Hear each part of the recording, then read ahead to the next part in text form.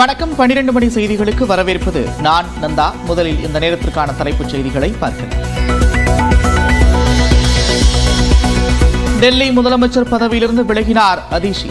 சட்டமன்ற தேர்தலில் ஆம் ஆத்மி தோல்வியடைந்ததால் துணைநிலை ஆளுநரை சந்தித்து கடிதம் வழங்கினார்.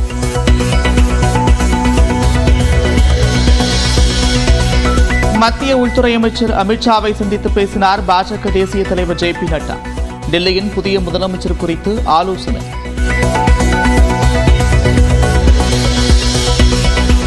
ஒற்றுமையாக இருந்தால் தேர்தலில் வெல்லலாம் என்பதற்கு டெல்லி தேர்தல் பாடம். திமுக அமைப்பு செயலாளர் RS பாரதி கருத்து. ஒற்றுமை எதிர்க்கட்சிகளிடத்தில் இருக்க வேண்டும். ஒட்டுமொத்தமாக போராடினால்தான் வெற்றி பெற முடியும் என்பதற்கு டெல்லியிலே இருந்து எல்லோரும் கற்றுக்கொள்ள வேண்டிய பாடம். பெண்களுக்கு பாதுகாப்பு இல்லாத மாநிலமாக தமிழ்நாடு மாறி வருவதாக எதிர்க்கட்சித் தலைவர் எடப்பாடி பழனிசாமி குற்றச்சாட்டு. சட்ட ஒழுங்கு சீர்கேடுகளை இரும்புக்கரம் கொண்டு ஒடுக்க வலியுறுத்தல். ரயிலில் இருந்து கர்ப்பிணி பெண்ணை கீழே தள்ளிய ஹேமராஜ் மீது குண்டர் சட்டத்தில் நடவடிக்கை எடுக்க வேண்டும். கர்ப்பிணி பெண்ணுக்கு 10 லட்சம் ரூபாய் வழங்க வேண்டும் என்றும் தமிழ்நாடு முதலமைச்சருக்கு இந்திய கம்யூனிஸ்ட் கட்சி கடிதம்.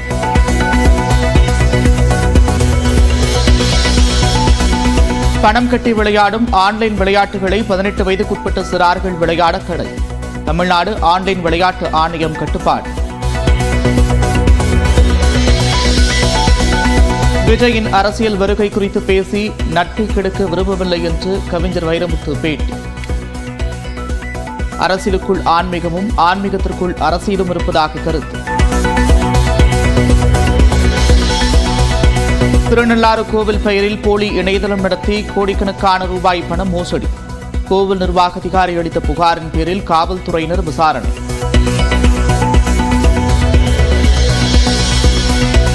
அலங்காநல்லூர் அருகே உள்ள கலைஞர் நூற்றாண்டு ஏறு தழுவுதல் அரங்கில் நாளை மறுதினம் ஜல்லிக்கட்டு போட்டி. காளைகளின் உரிமையாளர்களின் கோரிக்கையை ஏற்று 12 மற்றும் 16ஆம் தேதிகளிலும் நடத்த ஏற்பாடு.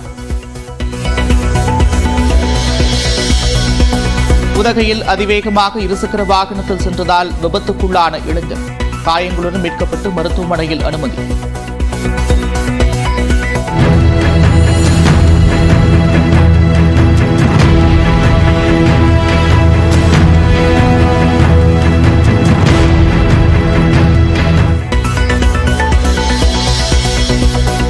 கடலூர் மாவட்ட ஆட்சியரை நேர்முக எழுத்தர் மாயம்.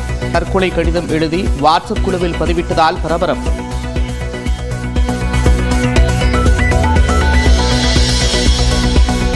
எல்லை தாண்டியதாக ராமேஸ்வரம் மீனவர்கள் 14 பேரை கைது செய்த இலங்கை கடற்படை.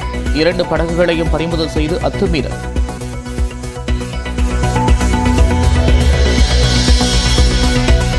உத்தரப்பிரதேசத்தில் நடைபெறும் மகா கும்பமேளாவில் தொடர்ந்து குவியும் மக்கள். திரிவேணி சங்கமத்தில் இதுவரை 41 கோடிக்கும் மேற்பட்டோர் புனித நீராடல்.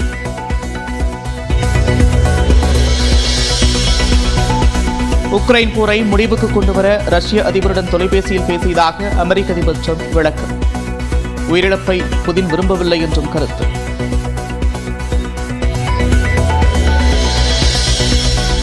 அமெரிக்கா கனடா அருகே கரீபியன் தீவில் பயங்கர நிலநடுக்கம். ரிக்டர் அளவுகோலில் 7.6 புள்ளிகளாக பதிவான நிலையில் சுனாமி எச்சரிக்கை.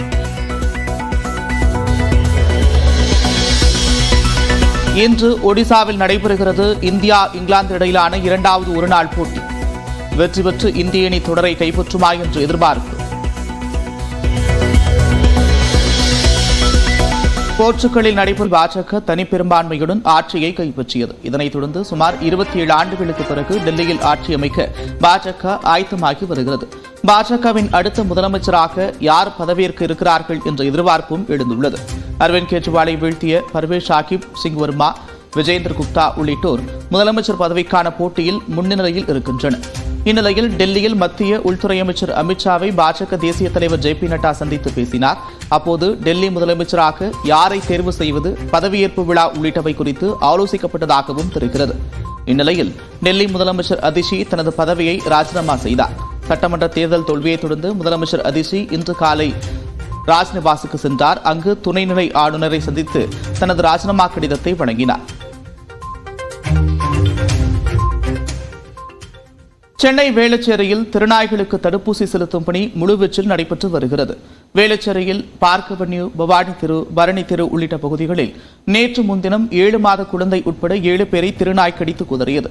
பொதுமக்களை கடித்த திருநாய் மாநகராட்சி கால்நடைத்துறையால் பிடிக்கப்பட்டு கண்காணிப்பில் வைக்கப்பட்டுள்ளது. இந்நிலையில் மாநகராட்சி சார்பில் வேளச்சேரி பகுதியில் திருநாய்களுக்கு சிறப்பு தடுப்பூசி முகாம் நடைபெற்று வருகிறது. பார்க் அவென்யூ, பரணி தெரு, பவானி தெரு, பொன்னி தெரு உள்ளிட்ட பகுதிகளில் உள்ள திருநாய்களை பிடித்து தடுப்பூசி செலுத்தும் பணியில் மாநகராட்சி பணியாளர்கள் ஈடுபட்டுள்ளனர். கருத்தடை செய்யப்படாத நாய்களுக்கு இனக்கட்டுப்பாட்டு மையத்திற்கு கொண்டு செல்லும் பணியிலும் மாநகராட்சி பணியாளர்கள் ஈடுபட்டு வருகின்றனர். கடந்த 2 மாதங்களில் 1158 நாய்களுக்கு கருத்தடை செய்யப்பட்டிருப்பதாக மாநகராட்சி தரப்பில் தெரிவிக்கப்பட்டுள்ளது.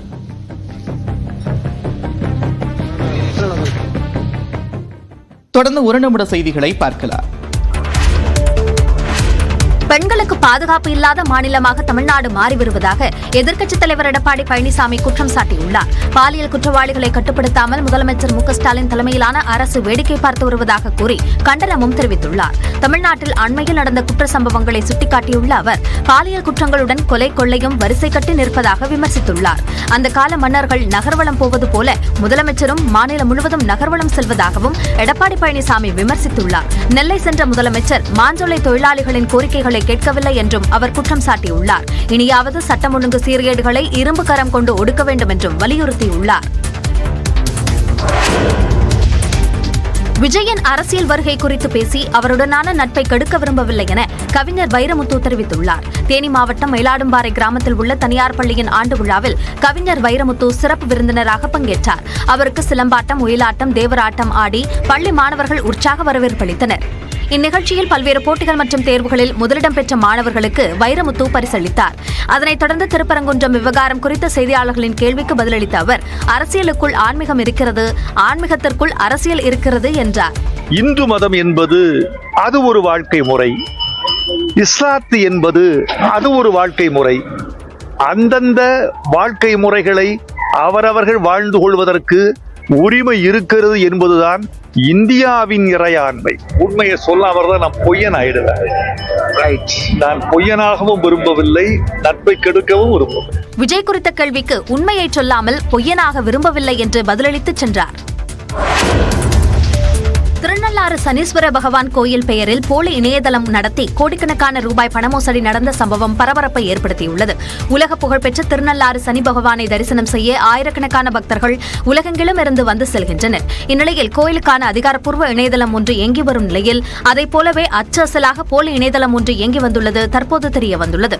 பக்தர்களை கவரும் வகையில் விளம்பரப்படுத்தி தரிசனம், அர்ச்சனை, அபிஷேகம், பிரசாதம் உள்ளிட்டவற்றுக்கு பண வசூலும் செய்துள்ளனர்.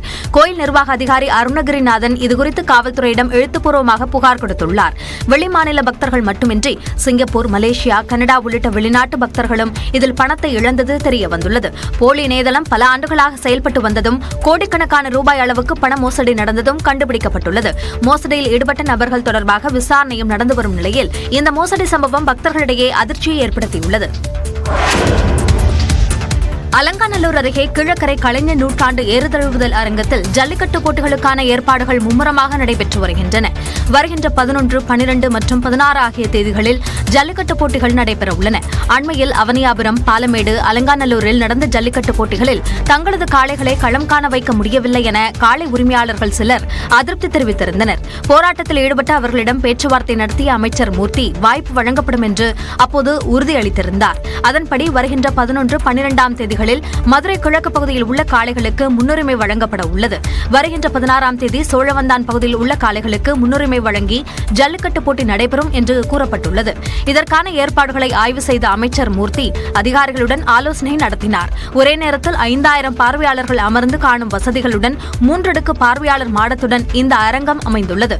83,462 சதுர அடி பரப்பளவில் மிக பிரம்மாண்டமான கட்டடமாக ஏறுதழுவுதல் அரங்கம் உள்ளது.